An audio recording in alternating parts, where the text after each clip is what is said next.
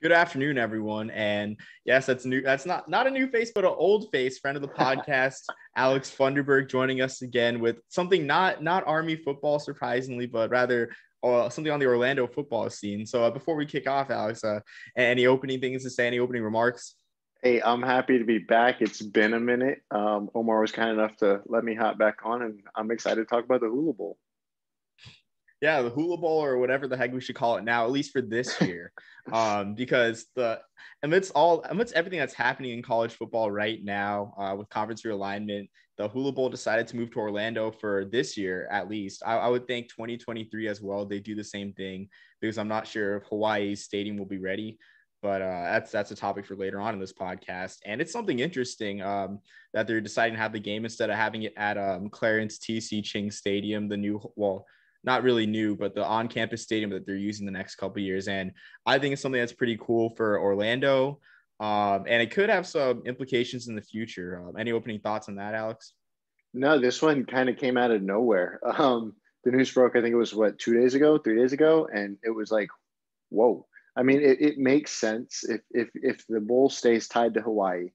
UCF has a huge connection to Hawaii now. You know, we've had Mackenzie Milton come through. We have Dylan Gabriel, and now we have um, Titus, a wide receiver who's the number one recruit in Hawaii last year, and he'll be a freshman here this year. So there's definitely that UCF to Hawaii pipeline.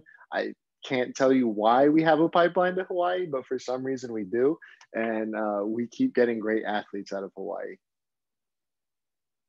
Yeah, I totally overlooked the pipeline. Geez, I mean, how can I forget? Like last night, I was talking about I was talking about Dylan Gabriel, of course, a Heisman dark horse. But I mean, that's something for sure. And I think it's good that Orlando, I guess, gets another crack at an All-Star game since the Pro Bowl moved out a couple years ago. More accessible to fans for sure, because looking at least the 2020 Hula Bowl, for all its history, it had been on a 13-year hiatus up to that point. And even with fans in attendance in early 2020 before the pandemic, there just wasn't really much fan engagement. So hopefully having it at the Bounce House will be better. And I mean, we'll see TV wise too. That gives more flexibility and more visibility in terms of TV windows with it. Cause I think I stayed up late watching the return of the Hula Bowl. It was, I think, 11:30, either 10:30 Eastern or like 11:30 Eastern. And I stayed up to watch it. This past year was 9:30 Eastern time, 4:30 Hawaiian time. So possibly more visibility for that bowl too, especially with the Shrine Bowl, the East West Shrine Bowl moving away. Yeah, moving I think it's like before the Pro Bowl, To right? Vegas. Yeah, it's Yeah, going to be in Vegas now. Yeah. yeah, to Vegas, and I think it's like during the week of the Pro Bowl, so that'll be like MLK weekend's kind of free for that, and the Senior Bowl, of course, the week in between the Super Bowl and conference championships. That I mean, I guess like onto the venue. I know you're sort of partial, or you're definitely partial to the Bounce House, but Yes. there's like a sort of a flexibility of venues that they could have had this game at. They could have had it at Exploria Stadium, the home of the Orlando City SC. I'm not much of an MLS fan, Yep. so I mean, probably butchering the name, calling it FCSC. Exploria Stadium, of course, you have Camping World Stadium, still the Citrus Bowl in my heart, but again, another venerable venue, and really a worthy venue. But do you think they made, I guess, the right choice in choosing the Bounce House as opposed to these venues? I think the Bounce House is a perfect place because it is quickly becoming a spot you have to see if you're a college football fan. The Bounce House is a very, very special place. And for a stadium that's only like 46, 47,000, I believe, it gets loud. I remember that the Cincinnati game, when college game day came, I was on the field and it got so loud that the first play of the game, Cincinnati had to delay a game, then they had a false start, then they had to take a timeout, and the field was vibrating. And it gets insanely loud in there. And I hope that Orlando can pack it because Orlando's losing an All-Star game in the Shrine Bowl, or not Orlando, sorry, Florida is losing a All-Star game in the Shrine Bowl, and they're gaining one now with the Hula Bowl coming to Orlando.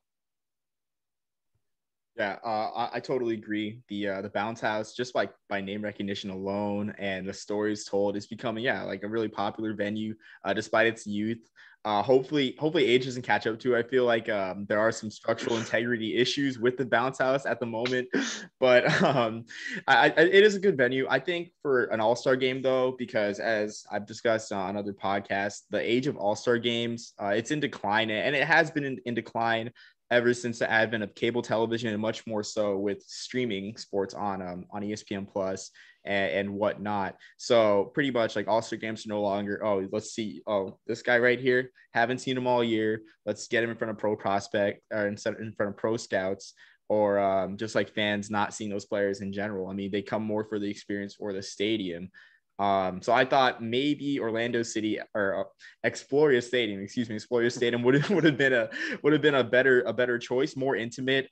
Remembering that 2019 Cure Bowl, kind of a good That's atmosphere. very tiny. Yeah, tiny, intimate atmosphere. Have the fans close up and really like take advantage of the fan experience. But again, the Bounce House is a great option as well, and it should be fun for the fans. And I think it'll be good too for the Hula Bowl to get, I guess, more. I guess I wouldn't say big names, because the big names go to the Shrine Bowl and the Senior Bowl, but maybe like local products too. Like say if UCF has a solid running back that's, I guess, a little bit below on the depth chart, or USF has a solid player. I don't know. Alex is gonna dispute that claim. I don't know if USF has any solid players, but no, it'll be great for I think we'll get a lot of Florida schools get in there. FAU will get a chance. FIU will get a chance. Like UWF, West Florida might get in there. West Florida. The Argonauts, Stetson, so Stetson's right here. You're going to get Florida products in this game, and that makes me excited because there are a lot of littler schools that you don't really hear about unless you're a college football nut like Omar and I. That's true. I guess onto a more serious question. Do you see if the game gains momentum this year? And I imagine it'll be held in Orlando too in 2023. Do you envision it, I guess, sort of staying in Orlando long term or going back to Hawaii? Because the stadium situation in Hawaii, I think as of now they're working on the stadium, but I mean, it's still a tough sell. I mean, in this day and age, really, to a trip to Hawaii for Hawaii football games for both athletic directors, schools, and fans. I think that if it doesn't stick in Orlando, I think it'll stick in the continental U.S. just because, like you said, it's a hard sell to get people to go to Hawaii for any football game right now. And I think that'll continue. And I think that if it stays in Orlando, it's going to be because the city of Orlando showed out for this game.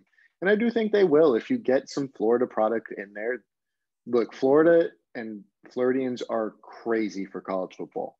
So if you get some Florida guys, you get some Florida State guys, you get some UCF guys, people are going to show out. People are going to show up, and it's going to be a fun time. And you're going to get a good sized crowd at those games. And I think it'll stick around. Yeah, and I think if the Hula Bowl, if not the Hula Bowl, then possibly another game too. There already is another game, but it's on a really low scale, the Tropical Bowl. And I really don't think that's exceeded more than 500 in attendance. And I'm not trying to insult the Tropical Bowl, but I'm pretty sure that's how it is.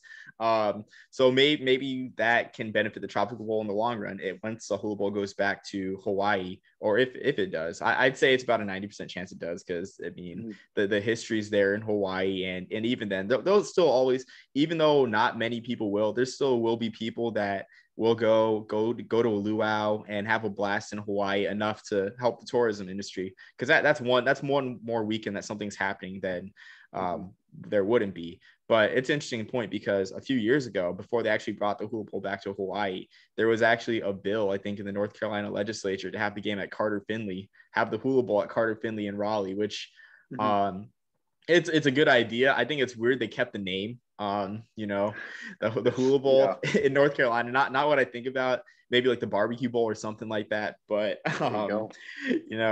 it's weird. But we'll see with the Hula Bowl. I mean, it should be a fun time. I think another obstacle too I just thought about is getting international players, because I think the past couple of years in the Hula Bowl there have been a few Japanese players to play in the game, which it's great for the growth of the sport. But again, how many college fans are thinking about that other than us. Yeah, no, that's the other thing. And what I do like about going to the Shrine Bowl the last 3 times it's happened, last 4 times, is they get some Canadian college football players. And like those guys are really cool to watch. And yeah, the sport's different in Canada, but like you said, it grows the game. So maybe if you can't get a Japanese player too, maybe you bring some Canadian football players down. Yeah, Canadian, or even I'm not sure if they play football in the Caribbean, how much football they play, but I'm thinking like Puerto Rico. I mean, Puerto Rico is U.S. Commonwealth. I would assume there is some football playing there on the island, even if it's just like a kicker or something. I mean, Yeah, just get some growth of the game, because that's a really cool aspect of the Hula Bowl that I've enjoyed the past couple of years. Mm-hmm. No, for sure. Anything to grow the sport of college football is a good thing. Yeah, I mean, absolutely. I mean, I think a couple of days ago they had the rumor of Dana Holgorsen at least entertaining a game in Mexico, which I'm surprised that San Diego State hasn't played in New Mexico, they played in New Mexico, played in Mexico up to this point. I mean, it's not far. Yeah, no, with the NFL doing it, I would not be shocked if college football is falling behind soon. I'd love to see like San Diego State go there. That'd be really cool. Go play in Estadio Azteca or something. Like that'd be a lot of fun. Yeah, I mean, like good for recruiting, especially the times now with the stadium being built. They're playing out there at Dignity Health Park in Carson, California. I mean, like you don't have a stadium. You might as well now. Like, I mean, well, maybe not this year, but yeah, maybe next year. Next year. Yeah, like I think the times now. I think that's a tangent on growing the game. But you know what? College football is worldwide. yes. I think that's all I have to discuss really about the Hula Bowl. I mean, do you have any final thoughts, Alex, or anything else to add on that front? Nothing on the Hula Bowl, but this is my first podcast since the Texas Oklahoma news came out. So Texas, you're idiots. Yeah. Oh yeah. I'm really nervous. I'm nervous for the sport we love. I hope not much changes. I don't think it'll go to the whole 4 super conferences model, because when I see the current Big 12, I see the post Miami, Virginia Tech, Big East. Like in all reality, like that's what the situation kind of is for that conference, and it can survive at least this wave, but maybe not the one after that, which of course happened to the Big East. Yeah, no, it's going to be tricky. I also don't think it's going to be these 4 mega conferences that people are, worrying about, but it is scary. I think in the long run, college football will be fine. It survived changes in the past, like you said, with the Big East. It's going to be different. It's going to be very different. Like, I'm not going to lie. But I think in the long run, college football will still be college football. And it's going to suck for a little bit. Like, it's not going to be fun seeing the SEC be more overhyped than it already is. But it's going to be different, though. I think the Pac-12, or not the Pac-12, the Big 12 will end up dissolving. I think those teams will go elsewhere. I think the Big 10's really going to try to get Kansas, because if they get Kansas basketball-wise, they're going to be like unstoppable. But it's going to be an interesting few years to see how these dominoes fall. Yeah, and I mean, like, I think the thing that I kind of dislike is the tradition and the rivalries, because, like, I mean, the Big 12, Oklahoma's been in some representation of the Big 8 for the past 100 years, and I think the thing that made those matchups special was, I guess, like matchups, like the brand name matchups that we're going to get in the SEC. With Oklahoma, Florida, Alabama. It was like, I guess, the occasion, like the occasional nature of them, like the rare nature. Now we get them like so often, like it's gonna, I guess, dissipate the excitement a bit, but we'll see. The only thing I'm kind of excited about with this is if West Virginia goes to the ACC and we get the backyard brawl again. Yeah. Oh yeah. And I didn't think about that. Yeah, I mean, the backyard ball, who else? And you also got, Virginia Tech, West Virginia on a lesser scale. And then who else? And even on an even lesser scale, Boston College, West Virginia, all the Big East rivalries coming back. Yeah, you get those Big East rivalries again. Yeah. Syracuse, West Virginia, like it's not a huge consolation prize, but it's a consolation prize nonetheless if it happens. Yeah, I mean, there ain't no party like a Schwartzwalder Trophy party, and a Schwartzwalder Trophy party don't stop. So Syracuse, West Virginia, hopefully it happens to the new Hey, ACC. let's bring it back. Yeah.